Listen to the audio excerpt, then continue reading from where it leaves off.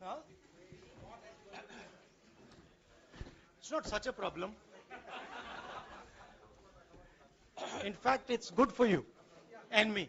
साथियों शुरू करें। राहुल जी आपको संबोधित करेंगे, उसके बाद में 3-4 सवाल लेंगे। आधे घंटे या 35 मिनट का समय है हमारे पास। तो मैं राहुल जी से गुजारिश करूंगा कि अब शुरुआत करें। धन्यवाद जयराम जी। कल प्रधानमंत्री जी ने पार्लियामेंट में 2 घंटे, शायद 2 घंटे 13 मिनट, 2 घंटे 13 मिनट भाषण किया। उसमें अंत में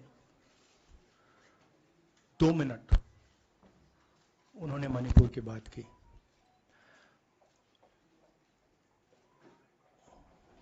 मणिपुर में महीनों से आग लगी हुई है, लोग मारे जा रहे हैं, बलात्कार हो रहा है, बच्चों को मारा जा रहा है। और अगर आपने देखा होगा कल, तो प्रधानमंत्री हंस हंस के बोल रहे थे, मुस्कुरा रहे थे, जोक्स क्रैक कर रहे थे, हंस रहे थे।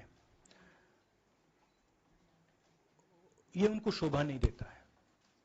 हिंदुस्तान का प्रधानमंत्री, अगर इस देश में हिंसा हो रही है, दर्द हो रहा है, हिंदुस्तान के प्रधानमंत्री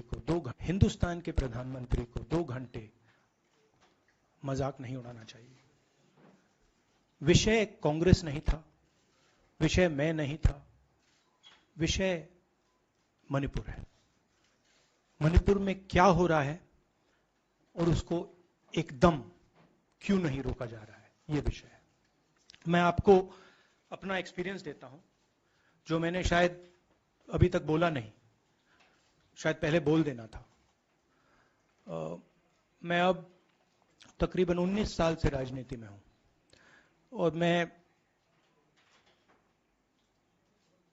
हर स्टेट में गया हूं।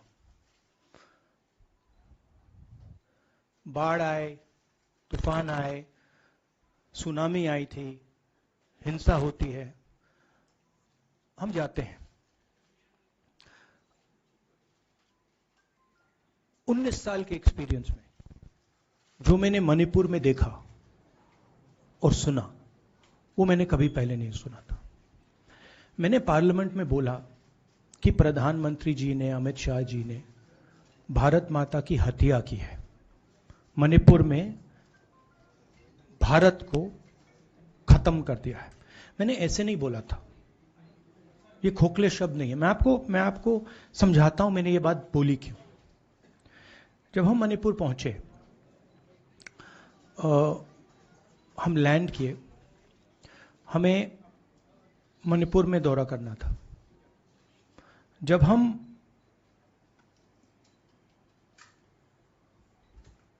मेटे एरिया में गए, हमें साफ कहा गया था कि अगर आपकी सिक्योरिटी डिटेल में कोई भी कुकी होगा, उसको आप यहां मत लाइए क्योंकि हम उसको मार देंगे।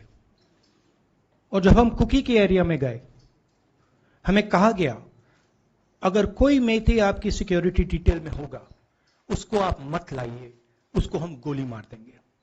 हम जब गए, हमें मेतेज को परे करना पड़ा, हमें कुकीज को परे करना पड़ा। मतलब एक स्टेट नहीं है, आज 2 स्टेट है। स्टेट की हत्या कर दी गई है और उसको चीर दिया गया है। इसलिए मैंने बोला हिंदुस्तान की हत्या मणिपुर में बीजेपी ने कर दी है। और जब मैंने कल प्रधानमंत्री को देखा हंसते हुए, मजाक उड़ाते हुए, मैं समझ नहीं पा रहा था कि हिंदुस्तान का प्रधानमंत्री इस प्रकार से कैसे बोल सकता है। प्रधानमंत्री को यह पता नहीं लग रहा है कि हमारे देश में क्या हो रहा है। छोड़िए, नहीं जाना चाहते हैं, उसके भी कारण हैं, शायद मैं बता नहीं सकता हूं आपको,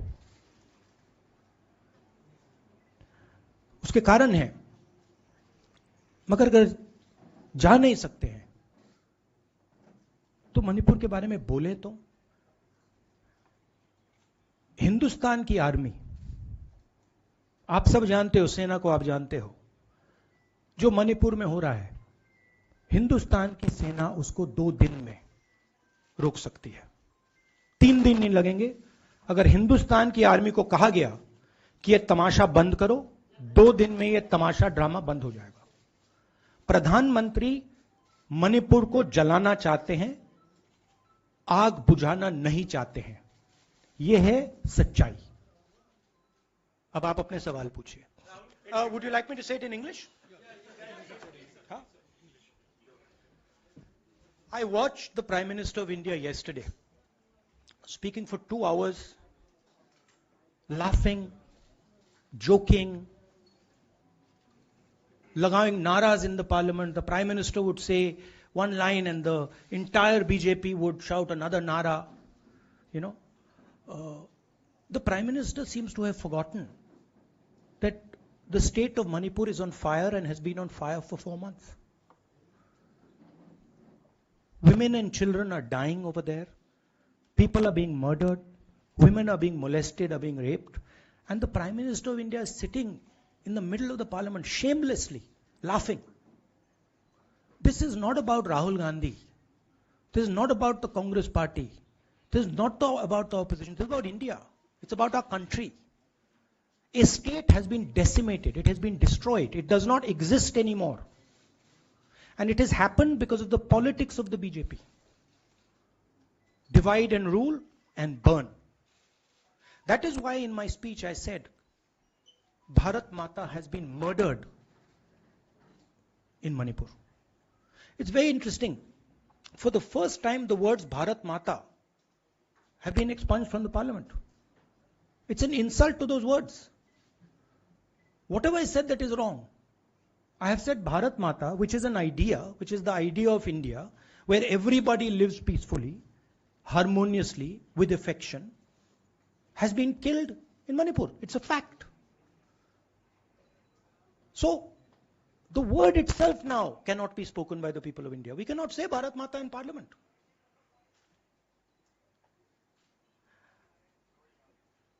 I want to tell you about my own personal experience of Manipur.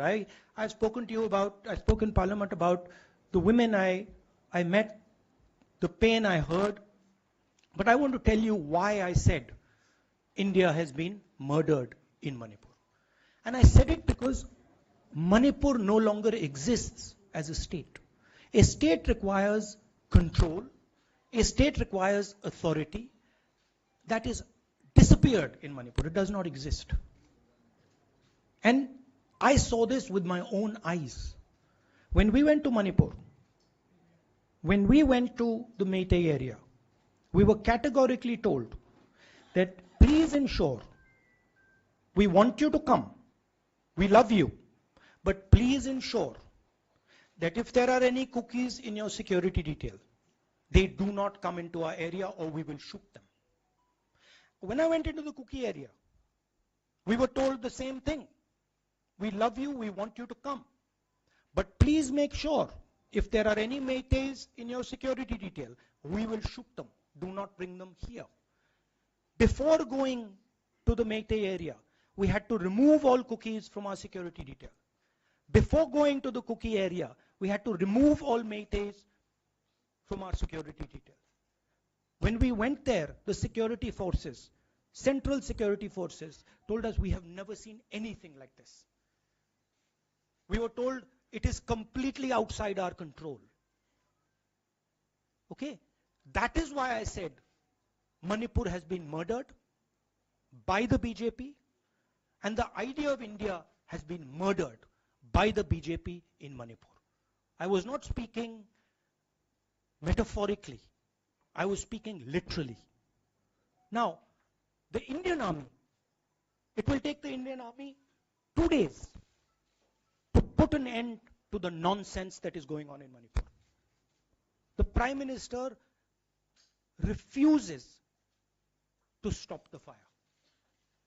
He wants Manipur to burn. He allows Manipur to burn. Because if he did want it to stop, There are tools in the hands of the Indian government that can stop it immediately. I know. I have full faith in our army. I know. And every Indian citizen knows that if the Indian army is told, please put an end to this, it will stop immediately. There are reasons for the PM not being able to go to Manipur. I'm aware of those reasons. I don't want to say them publicly. But there are clear reasons as to why the Prime Minister is not going there. That is why we wanted the Prime Minister to speak in Parliament. That is why we wanted Manipur to be on the agenda in Parliament. And what did the Prime Minister do? He ridiculed the state. He ridiculed the women of the state. He laughed at the women of the state. That's the truth. Now please ask your questions. Sanjeev, mic dena yaar. Finally, I just want to say one thing again in English. See, the Prime Minister, when he becomes Prime Minister, he ceases to be a politician. He becomes the representative of the voice of this country. The politics should be put aside. And the Prime Minister should speak not as a petty politician, as the leader of a political party, but the Prime Minister should speak with the weight of the Indian people behind him. And it's tragic to watch Mr. Narendra Modi. It's sad, because the Prime Minister does not understand what he actually is. He is our representative. He's my representative. He's all our representative. And watching the Prime Minister spend 2 hours talking about the Congress, talking about the opposition, making ridiculous remarks about the name, this really does not do justice to an Indian Prime Minister. I've seen Prime Ministers from the Congress party, I've seen Prime Ministers from the BJP, I've seen Mr. Vajpayee, I've seen Mr. Dev Gowda. None of them have ever done this. There's a complete misunderstanding in the mind of Narendra Modi ji about what the Prime Minister of India is. Rahul ji, you wanted the Prime Minister to speak in Parliament, and now that he's spoken, and you've said that he wants Manipur to continue to burn. So what is the Congress Party's next step to retrieve Manipur and save it? The only conclusion I can draw, because the Prime Minister has tools in his hand that can stamp out the fire in Manipur certainly within 3 or 4 days. But for some reason he is refusing to use those tools. Right? The Prime Minister could at least go to Manipur, talk to the communities, and say, I'm your Prime Minister. Let's start talking. It will be taken seriously. So I don't see any intention. Rahul ji कल ये भी प्रधानमंत्री ने अपने भाषण में कहा कि 2018 में ये लेके आए थे, 2023 में विश्वास प्रस्ताव लेके आए और 2023 में भी लाएंगे. तो एक तरीके से उन्होंने साफ तौर पर ये कह दिया कि हमारी सरकार अगली बार भी बन रही है. एक पॉलिटिकल बात भी उन्होंने कही. तो आप उनके पूरे भाषण को आप ये कह रहे हैं कि पॉलिटिकल भाषण ज्यादा था, मणिपुर पे बात बहुत कम थी. तो इसको कैसे देखते हैं? नहीं, भाषण हिंदुस्तान के बारे में नहीं था. भाषण नरेंद्र मोदी जी के बारे में था. वो अपनी राय, अपनी राजनीति, अपने एम्बिशंस वो आपको दे रहे थे. सवाल ये नहीं है कि नरेंद्र मोदी जी 24 में प्रधानमंत्री बनेंगे या नहीं. सवाल ये है कि मणिपुर जल रहा है, महिलाओं का बलात्कार हो रहा है, लोग मारे जा रहे हैं. सवाल ये है, अगर ये प्रधानमंत्री कहना चाहते हैं तो ये पब्लिक मीटिंग में कहें. मजाक बनाना चाहते हैं तो जब मणिपुर नहीं चल रहा है तो करें. बट प्रधानमंत्री को यह समझ आनी चाहिए, बात समझ आनी चाहिए कि पार्लियामेंट में जो चर्चा हो रही थी वो उनके बारे में नहीं थी, वो मणिपुर के बारे में थी. सर नमस्कार. कल प्रधानमंत्री ने बार बार कांग्रेस का नाम लिया और ये आरोप लगाया कि नॉर्थ ईस्ट और मणिपुर की सारी समस्याओं के कांग्रेस जिम्मेदार. आप क्या जवाब देंगे? नहीं, अभी मैंने बोला ना, वही तो जवाब है. मुझे प्रधानमंत्री को जवाब देने की जरूरत नहीं है. मैं सिर्फ ये कह रहा हूं कि एक स्टेट की हत्या की गई है, भारत माता की हत्या कर दी गई है मणिपुर में. भारत माता की हत्या मणिपुर में कर दी गई और प्रधानमंत्री लोकसभा में मजाक उड़ा रहे हैं, हंस रहे हैं, नारे लगवा रहे हैं। मुझे क्या जवाब देने की जरूरत है?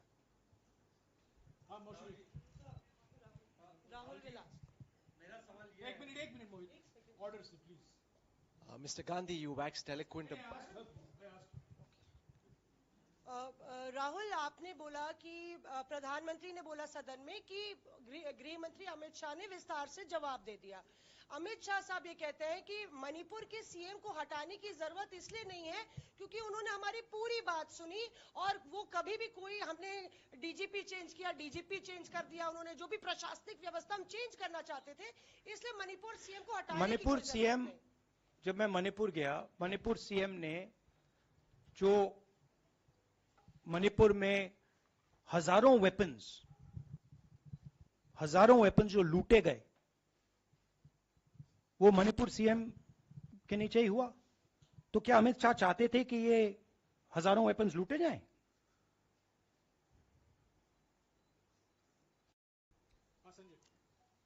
राहुल जी, जो हिंसा चल रही है, क्या अमित शाह चाहते हैं कि हिंसा चलती जाए?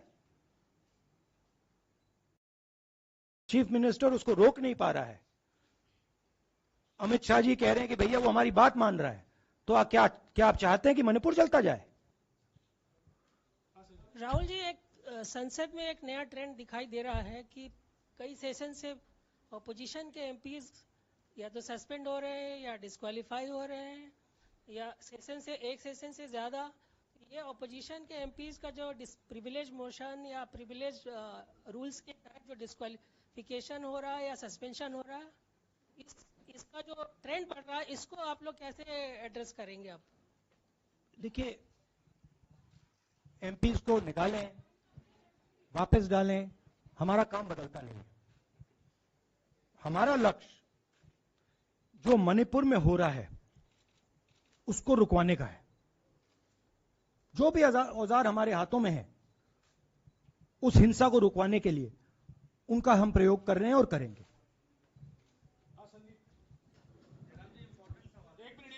Yeah, Mr. Gandhi, you talked about using the army, deploying the army to control violence. You spoke that in Parliament. You've repeated here. But the BJP has criticized you and even previous Congress governments, saying that we want to solve the issue through dialogue. And they've criticized that in the 60s, in 64, the Mizo National Famine Front was bombed by the Indian Army, by the Indian Air Force.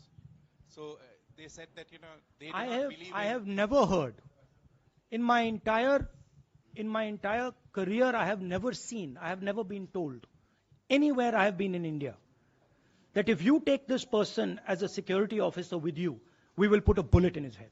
I have never heard it. And I heard it twice in Manipur. That means there is no dialogue in Manipur. There is pure violence taking place in Manipur.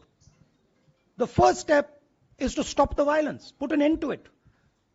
I point out the army, but what I mean is that the Prime Minister has multiple instruments in his hands. He's not using them. It's been burning for 4 months. He's doing nothing and he's laughing. I'm amazed people can't see this. That he's sitting in Parliament and laughing. Jairam ji, Last question. Jairam जी, मोहित दुबे हूँ news nation से। आपने 37 minute का भाषण। जयराम जी, राहुल जी नहीं, मतलब आप मुझसे जयराम कर रहे हैं या उनसे? राहुल जी, जय सिया राम। राहुल जी, आपने 37 मिनट का भाषण लोकसभा के भीतर दिया और 37 मिनट में सिर्फ आपको करीब 14 मिनट ही दिखाया गया, बाकी आपके चेहरे पे कैमरा नहीं था और आप मणिपुर गए, मैक्सिमम टाइम आपने मणिपुर के ऊपर बोला। इस परंपरा को आप किस तरीके से देखते हैं? पता नहीं, शायद कॉन्ट्रडिक्शन है। शायद पीएम मेरा चेहरा टीवी पे नहीं देखना चाहते, मगर फिर पीएम मेरी वीडियो के बारे में बात करते हैं, तो पता नहीं क्या है। बट मुझे लगता है शायद उनको मेरा चेहरा टीवी पे देखना अच्छा नहीं लगता। कोई प्रॉब्लम नहीं है। जो मैंने बोलना था, देखिए, मुझे अपना काम करना है।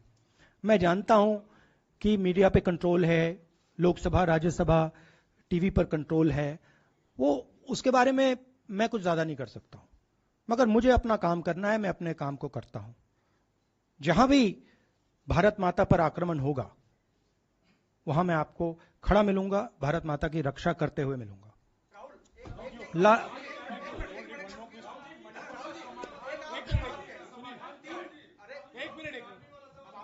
हाँ, okay, last question, brother. The Supreme Court has already said what it has in terms of a constitutional breakdown, as well as now, you are asking for the army. Do you believe that Article 356 is the only way out? I'm not asking for anything. Please don't misunderstand. It is not my place to decide which tool the Prime Minister can use, which instrument he should use.